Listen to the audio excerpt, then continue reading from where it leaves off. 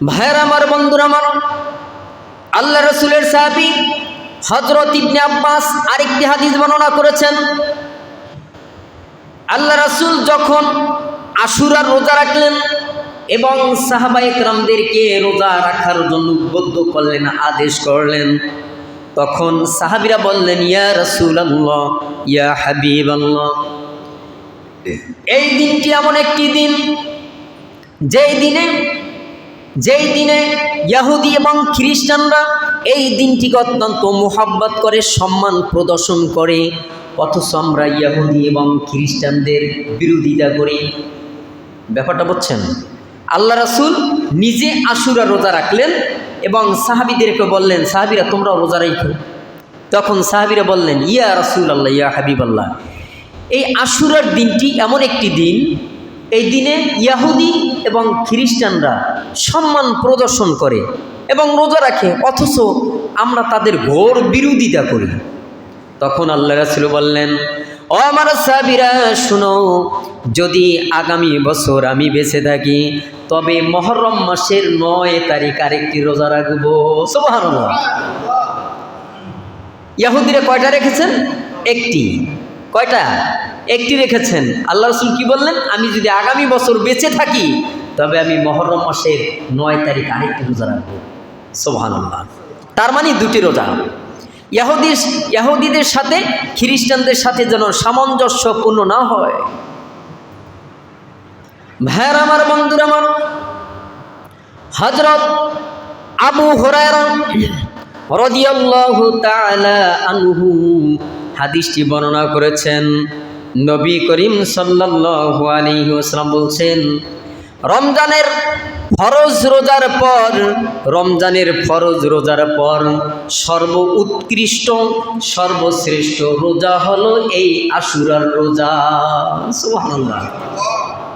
রমজানের ফরজ রোজার পরে সর্বশ্রেষ্ঠ সর্বোৎকৃষ্ট রোজা হচ্ছে এই আশুরার রোজা। এখন আমরা রাখবো কিনা? রাখতে হবে। দুইটা। কয়টা রাখবো? দুইটা রাখবো আমরা। ৯-১০ অথবা ১০-১১, দুটো রাখতে হবে। এখন আবু হুরায়রা রাদিয়াল্লাহু তাআলা আনহু হাদিসটি বর্ণনা করেছেন।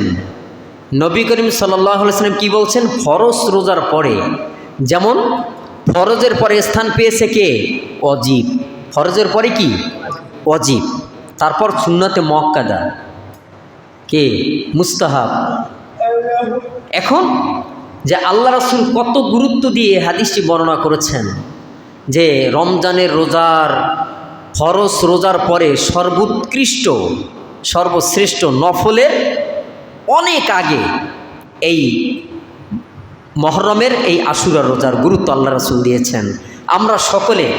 আমরা সকলে যেন এই আশুরার দুটি রোজা যেন আমরা করতে পারি। চিল্লায়ে বলুন আমিন। ভাইয়ের আমার, বন্ধুরা আমার, হযরত আবু কাতাদা রাদিয়াল্লাহু তাআলা আনহু হাদিস বর্ণনা করেছেন। নবী করিম সাল্লাল্লাহু আলাইহি ওয়াসাল্লাম বলেছেন, ও আমার উম্মতেরা তোমরা শুনো, এই আশুরার রোজার বরকতে, আশুরার রোজা রাখার কারণে, আশুরার রোজার রাখার বরকতে আমি আল্লাহ পাকের দরবার থেকে আশা রাখি আল্লাহ পাক রব্বুল আলামিন আমার বিগত বছরের গুনাহসমূহ আল্লাহ তাআলা মাফ করে দিবেন। সুবহানাল্লাহ। যেই নবীর কোনো গুনাহ নেই সেই নবী বলছেন বিগত বছরের গুনাহ আল্লাহ তাআলা মাফ করে দিবেন মাত্র দুটি রোজার মাধ্যমে, দুটি রোজার বিনিময়ে। আল্লাহ রাসূল বলছেন আমার বিগত বছরের গুনাহসমূহ আল্লাহ তাআলা মাফ করে দিবেন। সেই গুনার মধ্যে আমরা সব সময় হাবুডুবু খাই, ঠিক কিনা?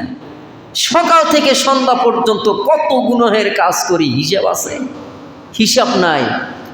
আর আমার নবী হচ্ছে বেগুনা মাসুম, তার কোনো গুনাহ নেই, তারপরও আল্লাহ পাকের ইবাদত করেছেন, নামাজ এত দীর্ঘ টাইম দিয়েছেন, আল্লাহ রাসূলের পা মোবারক খুলে যেত। নামাজের মধ্যে এত তৃপ্তি সহকারে নামাজ আদায় করেছে। আর আমাদের নামাজের অবস্থা কি? হাদিস বর্ণনা করলে বোঝা যায় আল্লাহ রাসূলের এবং সাহাবীদের নামাজের কন্ডিশন কি ছিল আর আপনার আমার নামাজের কন্ডিশনটা কি, বোঝা যায় না? হাদিস বোঝেন না আপনারা? রাসূল কিভাবে নামাজ পড়েছেন সেই দেখা দেখি সাহাবীরাও নামাজ পড়েছেন। আল্লাহ রাসূলের দেখানো নামাজ, আল্লাহ রাসূল যেভাবে শিখিয়েছেন সাহাবীরাও সেভাবে নামাজ আদায় করেছেন। আর আমাদের নামাজের কন্ডিশন কি অবস্থা? অবস্থা ভাই, আল্লাহর কাছে পানাহা চান। আমরা সকল আল্লাহর কাছে পানাহা চাই। আল্লাহ, তোমার ইবাদত আমরা করি যেভাবে নবী করেছেন, সাহাবীরা করতেছেন, কিন্তু আমরা সেভাবে করতে পারি না গো আল্লাহ।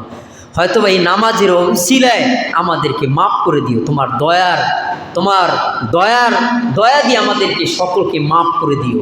আল্লাহর কাছে বিনয়ের সাথে বললেন, আল্লাহ মাফ করে দিতে পারে, ঠিক কিনা?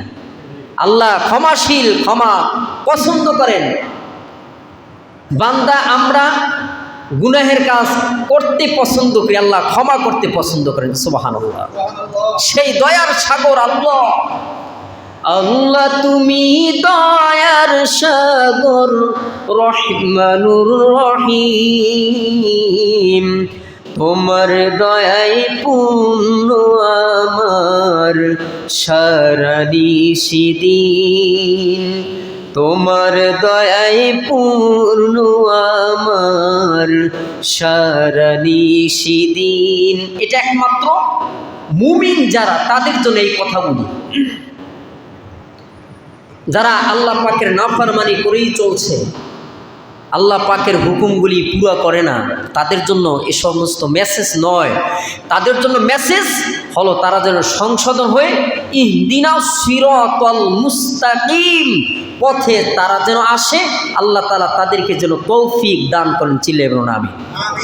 এখন এই যে হাদিসটা বর্ণনা করছি, হযরত আবু কাতাদা রাদিয়াল্লাহু তাআলা আনহু তিনি হাদিসটি বর্ণনা করেছেন। নবী করিম সাল্লাল্লাহু আলাইহি ওয়াসাল্লাম বলেছেন যে এই আশুরা রোজার বরকতে, আশুরা রোজা রাখার কারণে আমি আশা রাখি, আল্লাহ পাকের দরবারে আমি আশা রাখি আমার বিগত বছরের গুনাহসমূহ আল্লাহ তাআলা মাফ করে দিবেন। সুবহানাল্লাহ।